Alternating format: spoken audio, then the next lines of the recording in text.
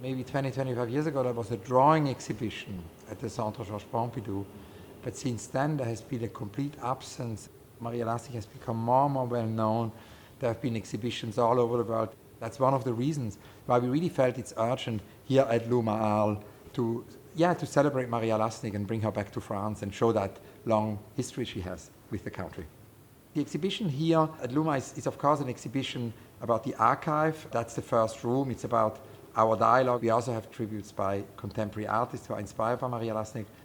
And then on the right-hand side, there is this exhibition which really is very much about the stations of our collaboration. So the exhibition hides many exhibitions within the exhibition. She really believed in this idea that painting can go into the bloodstream, that painting can go into the neurons, and that it can also express something in that sense, that sort of inner sort of body awareness, which, photography could never express. The body awareness thing is a very important aspect of her work because, in a way, Viennese art history of her generation, of the 60s, is of course also deeply connected to Viennese actionism. That's a very well-known movement. They basically went beyond the canvas. They basically went into performance, went into action, and transcended the canvas. The transgression of Maria happened always in the canvas. She never basically left the canvas. With the exception of the films, we can say the films were a kind of a detour or a parallel reality.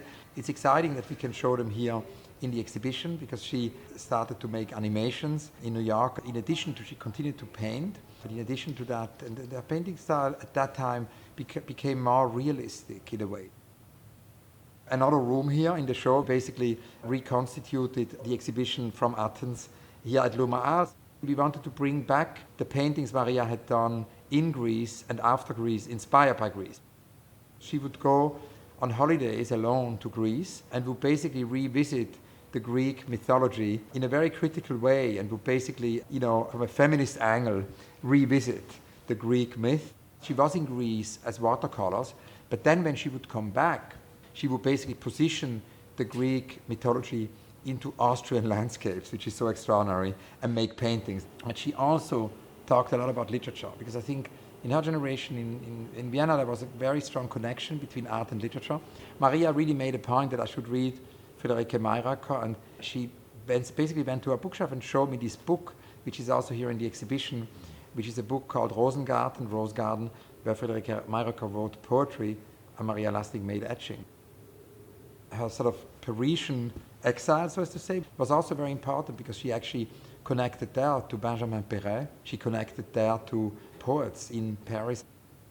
In that tradition, which you have in all the great historic avant-gardes of the 20th century, Dada, Surrealism, artists and poets would work together, would make books together, where artists also write poetry, where poets also make visual art. She talked a lot about this fact that for her, the life would have to end when she couldn't make art anymore.